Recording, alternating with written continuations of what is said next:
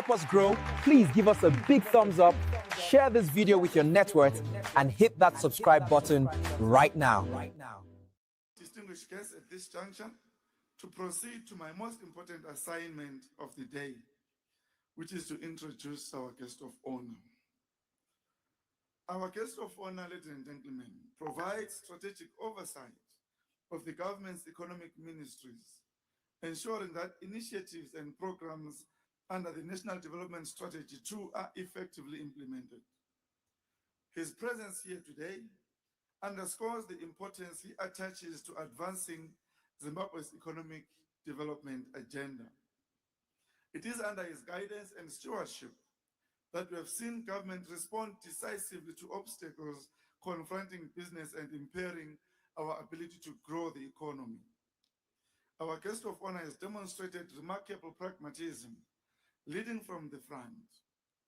He has taken time to go out to the provinces, visiting and engaging with the businesses, appreciating the daily struggles and progress, shaping decisive government interventions that will be ensuing shortly.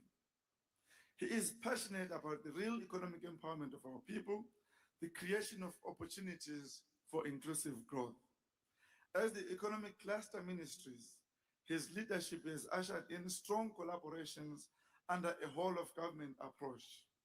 He often reminds us that it is not possible for a genuine government program to be initiated and implemented to its conclusion by one ministry or minister. This is a powerful statement in entrenching what the President, His Excellency Dr. E.D. Mnangagwa, has always coined collective responsibility by government. Distinguished guests, ladies and gentlemen, it is now my singular honor to invite our guest of honor. Our guest of honor is none other than the Honorable Vice President of the Republic of Zimbabwe, General Retired Dr. Constantino Kuveya Dominic Nikadzino Chiwenga, to the podium. Honorable Vice President, sir.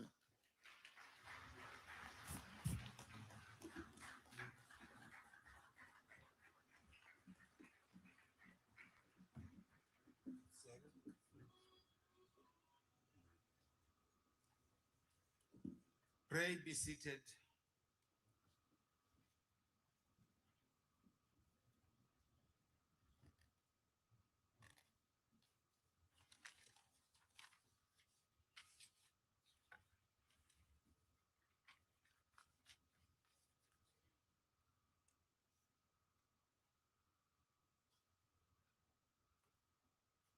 Director of Ceremonies, Miss Linda Muriro. At this junction, may we all pray and wish quick recovery to Mr. Sam Tsekete, Group CEO of Old Mutual, who suddenly fell sick whilst he was making his presentation here. We wish him quick recovery at Mater Dei Hospital, and that he will be able to join us as we proceed with this conference and the trade fair.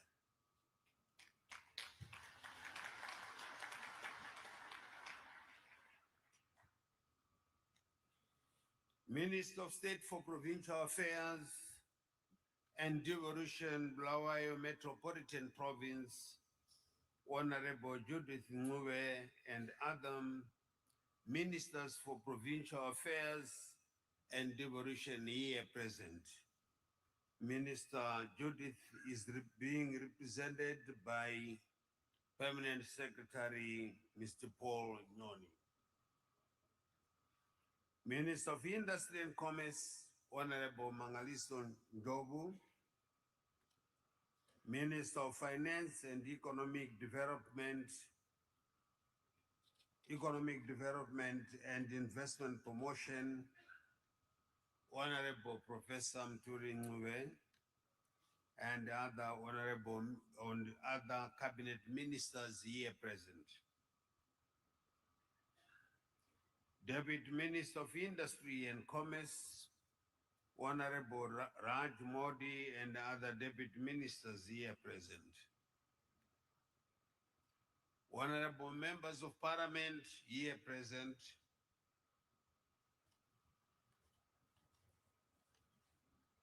The Chief Secretary to the President and Cabinet, Dr. Martin Ushwaya, as represented by Engineer Malawa. National Economic Consultative Forum Steering Committee Co-Chairperson, Dr. Mike Bima. Excuse me, sir, how old were you when you made your first million? What is this for? We're trying to get advice for the younger generation. NCF National Co-Chairperson, Mr. Kumbirai Katsande. Secretary for Industry and Commerce, Dr. Thomas Utete Ushe. ZITF Board Chairperson, Dr. Busisa Moyo. The Mayor of the City of Bulawayo, His Worship Councillor David Coltert, mayors of other cities and municipalities, and traditional chiefs here present.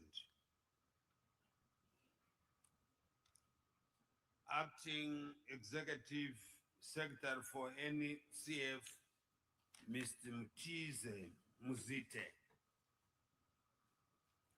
ZITF Chief Executive Officer, Dr. Nick Ndebele, Captains of Industry and Commerce, members of the Diplomatic Corps, distinguished participants, ladies and gentlemen, and members of the Fourth Estate. Good morning to you all. It is an honor to address this distinguished gathering at the 2026 International Business Conference. I commend the National Economic Consultative Forum and the Zimbabwe International Trade Fair Company for convening yet another important platform that brings together government, business leaders, investors, and development partners to shape practical pathways for economic growth and industrial transformation. The theme of this year's conference, Connected Economies, Competitive Industries, is timely and strategic. It reflects the realities of a rapidly changing global economy in which competitiveness, innovation, resilience, and collaboration have become the key determinants of national success. Nations that adapt quickly build productive industries are poised to steer the fourth industrial revolution. As history reflects, Africa, including Zimbabwe, did not fully participate in the benefits of the first three industrial revolutions. The legacy of colonial extraction and structural exclusion constrained the continent's chance, not merely to catch up, but to lead, driven by technology, investing in skills, promoting research and innovation, building competitive industries, and advanced production systems. As we engage today, we must recognize that we are actively shaping the architecture of a modern, industrialized, and globally competitive Zimbabwean economy to lead Africa in the fourth industrial revolution. Ladies and gentlemen, Zimbabwe is pursuing this agenda through deliberate reforms and clear policy direction. Our National Development Strategy 2 provides the framework for accelerated industrialization, private sector expansion, infrastructure modernization, and creation through key policies, including the Zimbabwe National Industrial Development Policy and the Consumer Protection Policy. We are determined to create an economy that rewards productivity, attracts capital, and promotes long-term confidence. In that regard, government remains committed to policy consistency, fiscal discipline, the sanctity of contracts, protection of investments, transparent regulation, and continuous improvement in the ease of doing business. Tone, why should people join us on April 23rd through the 25th for the AI Advantage Summit? Because I know you. These principles are essential to unlocking domestic and international investment. Zimbabwe has made measurable progress towards macroeconomic stabilization. Inflationary pressures have moderated significantly, while monetary and fiscal reforms continue to strengthen economic fundamentals. The introduction of ZIG forms part of broader efforts to establish a stable and reliable domestic currency over time, supported by discipline, confidence, and market responsiveness. Our focus remains predictability, confidence building, and sustainable growth. Relatedly, government continues to streamline licensing systems, digitize public service, improve investor facilitation mechanisms, and strengthen special economic zones as centers of production, exports, and employment creation. Our objective is to make Zimbabwe one of the most efficient and attractive investment destinations in the region. The mining sector remains one of the strongest pillars of our economy and a major driver of exports, industrial growth, and foreign currency generation. It contributes approximately 14% to gross domestic product and accounted for over 70% of export earnings in 2025. The sector is currently experiencing renewed momentum, driven by increased global demand for strategic minerals such as lithium and chrome. In light of these trends, our policy direction is clear. Zimbabwe will no longer export its resources in raw form without deriving maximum value.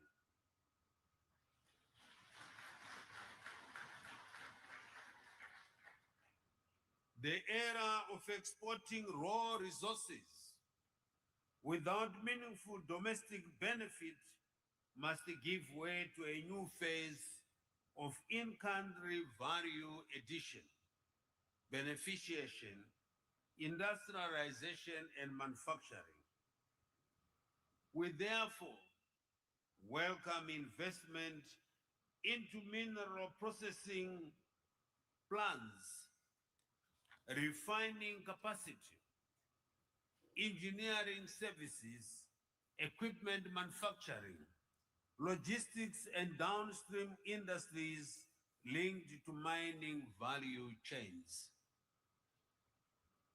We are also strengthening collaboration between industry, universities, and research institutions so that innovation, skills development, and applied sciences directly support national production systems.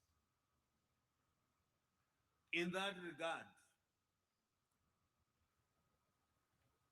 the National Mineral Research Center and the University of Zimbabwe will serve as primary hubs for a variety of minerals, including lithium, rare earth elements, and uranium. In addition, the National University of Science and Technology and the Great Zimbabwe University will focus on the platinum group of minerals and battery minerals. Analytical oversight for iron ore, chrome, vanadium will be provided by Midland State University, while Manicaland State University will host the diamond and the gemology suite. Chinhoyi University and Bindura University will specialize in industrial minerals, phosphates, and graphite, with the Zimbabwe School of Mines dedicated to training the future workforce. Love podcasting but hate editing? The next 30 seconds will change your life. The reason Riverside is the place. Gwanda State University will cater for the Matabele South clusters, zeroing in on geology and beneficiation solutions tailored for artisanal small-scale mining sector. All this will ensure that our institutions of higher learning become centers of industrial solutions, technology development, and enterprise incubation.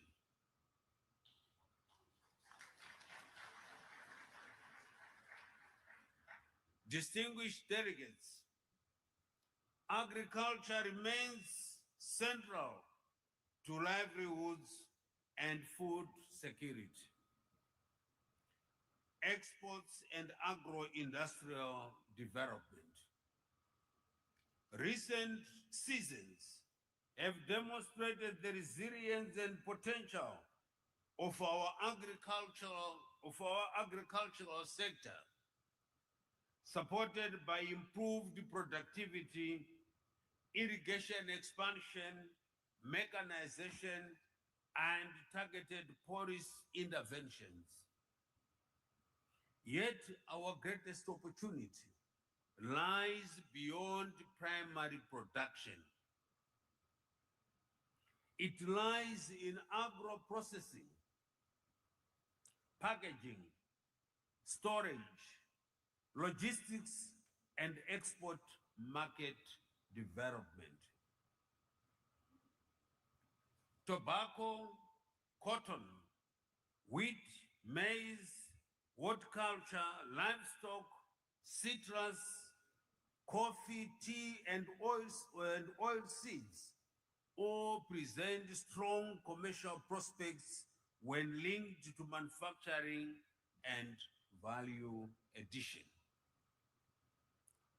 Tobacco production is projected to exceed 400 million kilograms this season, compared to 350 5 million kilograms registered in the 2024-25 tobacco marketing season. Therefore, government is prioritizing agro-industrialization through initiatives such as Tobacco Value Chain Transformation Plan, which targets investment in processing and increasing manufacturing capacity. This entails the establishment of cut rug facility, coupled with the 100 million cigarette manufacturing plant with capacity to process 3,000 tons of cut rug per month and produce up to 600 million cigarettes. At the same time, the rapid growth of horticultural exports, particularly bluebell exports, have grown significantly from 1 million in 2018 to over 50 million in 2025. This confirms that Zimbabwe can compete successfully in premium international markets. Just this last Tuesday, yesterday, Honorable Minister of Agriculture was telling Cabinet that we have no competition. Those that compete with us produce at different seasons with us. And the Honorable Minister of Agriculture's plan was endorsed by Cabinet, and we want to grow that area rapidly.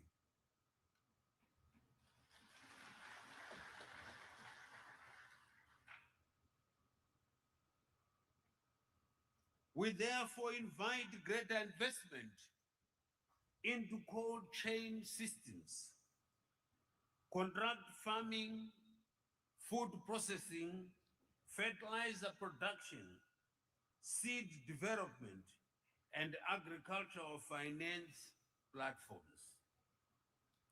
Our ambition is to transform agriculture from a production sector into a fully integrated commercial value chain.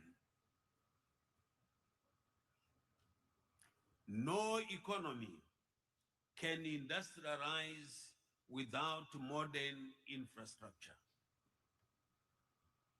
Government has therefore prioritized transport, energy, water, and digital systems as strategic enablers of productivity and competitiveness. We continue to rehabilitate and expand major road networks and regional trade corridors that connect Zimbabwe to neighboring markets and seaports. We are equally committed to revamping rail systems through partnerships with local mining houses and other movers of bulk commodities in order to restore and enhance our railway infrastructure. This is the time for you, the private sector of Zimbabwe. Take the bull by the horns. Don't look for investors outside. You are the investors. Let's build our rail and road infrastructure ourselves. Let's connect the whole region and the continental Africa Free Trade Area, that everything passes through Zimbabwe. Yes, you can do it.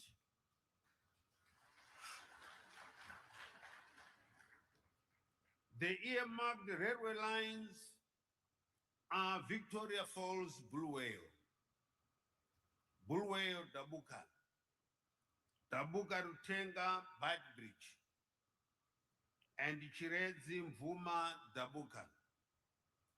This will address the increasing demand for transporting bulk goods both domestically and internationally in a cost-effective manner, as well as decongest our roads. Furthermore, we are inviting partnerships to key railway corridors, namely the Lions Den to Kafue in Zambia, the Plumtree Dabuka Chikwarakwara line, Harare Bindura Motize to link the line in Mozambique, Kado Masengwa link, Mutare Mkwasini Doroa Nyazura link. Once these railway corridors are developed, Zimbabwe's economy moves.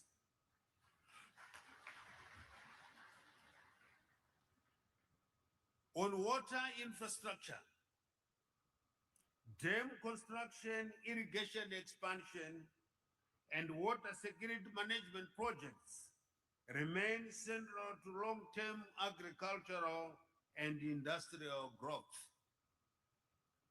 Government continues to enhance the phased construction of new mega dams, such as the Gwai Shangani, that we are told is now at 74% completion. The Kunji dams. Future plans include Dande Dam in Mashonaland Central, Nyatana Rwenya dams in Mashonaland East, Turi Manyange Dam in Matabeleland South, Kondo Dam in Manicaland Province, and Tende Runde Dam that straddles Mashingo, Midlands, Matabeleland South will be the largest inland dam. These investments will unlock new productive zones, such as the Matabeleland regions and Mashingo, to become the food security hubs, strengthen climate resilience, and improve livelihoods through rural industrialization across the country. Energy security is another strategic priority area. We recognize that a reliable and affordable power supply is indispensable for industrial production, economic growth, and national competitiveness. This is a song about a legend. She's the quiet kind of legend. For industrial production, economic growth,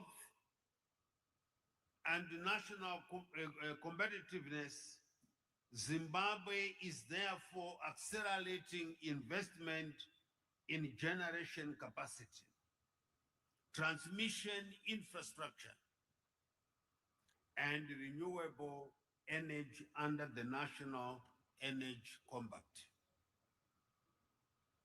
This has already driven the rollout of decentralized renewable systems, including mini grids, which are crucial for rural transformation and economic empowerment. In addition, we are advancing strategic regional cooperation through hydroelectric projects such as Batoka Gorge. We are inviting the private sector to partner with government in expanding the national energy base. Given our strong solar potential, hydro assets, and mineral endowment, we see significant investment opportunities in independent power production, captive energy systems, and clean energy industries led by both local and international investors. Ladies and gentlemen, manufacturing must become a stronger engine for national growth. A robust industrial base creates jobs, strengthens supply chains, increases export, and reduces import dependence. Under this pillar, government is revitalizing the domestic automotive industry through a strategic partnership between Wirraville Motor Industries and Ashok Leyland of India to produce custom-built buses designed for the Zimbabwean terrain. Bus kit production is expected to commence in Harare towards the end of this year, enabling continuous local assembly at Wirraville Motor Industries with an initial target of 50 buses for the domestic market. We want to reopen industry and start assembling the 50 buses. Once that begins, we then go in full throttle.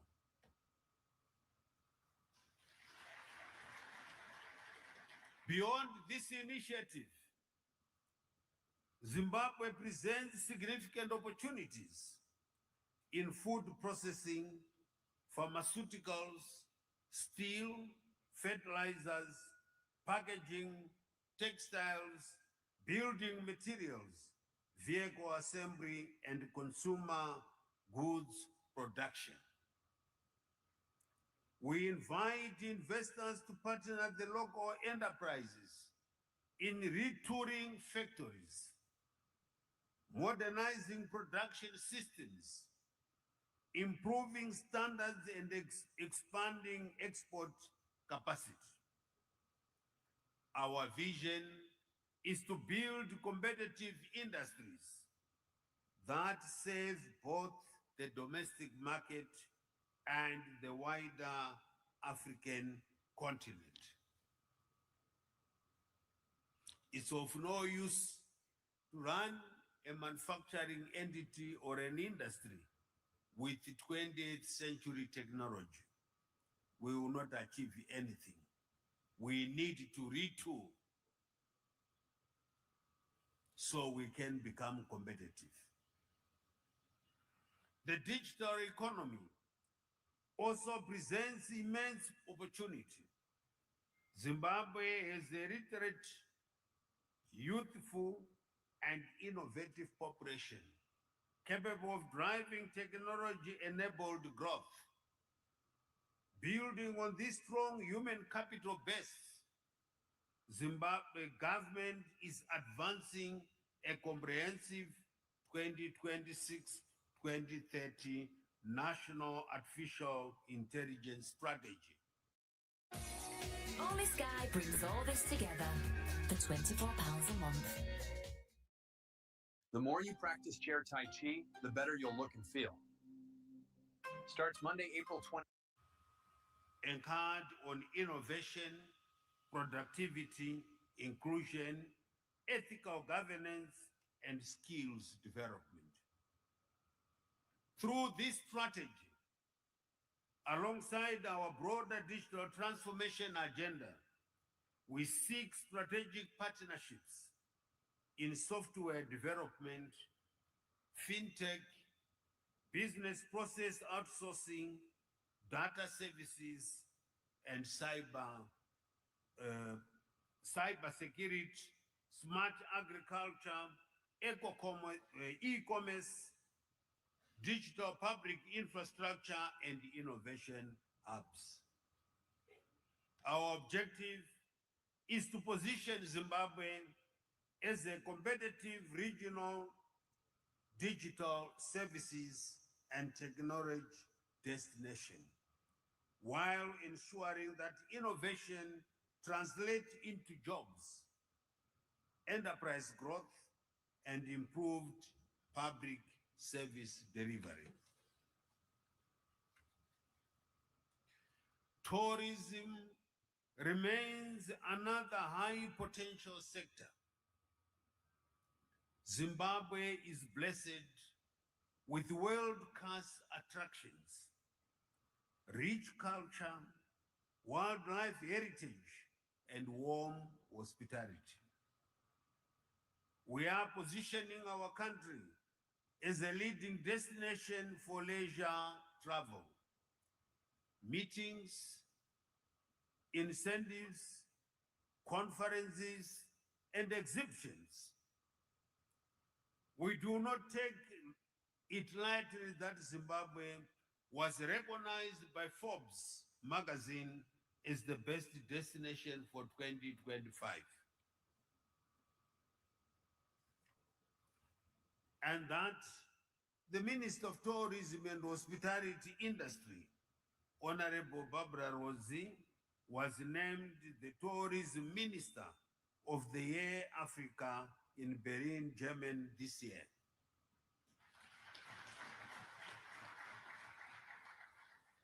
In addition, the selection of Zimbabwe as the headquarters of the Intra-Africa Trade Fair is a high-impact strategic win. This will open up the country as a central and regular host of trade exhibitions, conferences, and business engagements, thereby increasing our visibility as a trade and investment hub. As visitor numbers grow, investment opportunities exist in hotels, convention facilities, transport services, ecotourism, entertainment, and hospitality training. In pursuing our development objectives, we remain mindful of evolving global risks, including geopolitical tensions, supply chain disruptions, and rising energy costs. However, these challenges also present opportunities for Zimbabwe to position itself as a stable, reliable, and competitive investment destination. Zimbabwe should therefore safeguard against the negative impacts of geopolitical dynamics by focusing on building local capacity for increasing fuel alternatives, steel manufacturing, and pharmaceutical leveraging on its vast natural endowments. Our foreign policy, anchored on the principle of being a friend to all and an enemy to none, reinforces our commitment to international cooperation and economic engagement. Zimbabwe continues to offer itself as a strategic gateway into regional and continental markets through SADC, COMESA, and the African Continental Free Trade Area. Staying late again? Yep, got prospect calls to summarize. You really need to switch to Mondays here, right? Distinguished delegates, ladies and gentlemen, our task is to build truly connected economies and globally competitive industries that will stand the test of time and create lasting prosperity for our people. The focus now is on execution and results. This conference must serve as a catalyst for concrete outcomes. We must convert dialogue into investment, partnerships into projects, and opportunities into measurable economic impact. Zimbabwe is ready and open for mutually beneficial partnerships. The policy direction is clear. The opportunities are substantial, and commitment to reform is unwavering. We invite you to partner us in building a modern, industrialized, and prosperous Zimbabwe. With these remarks, it is now my singular honor and privilege to officially declare the 2026 International Business Conference open. Siyabonga. I thank you.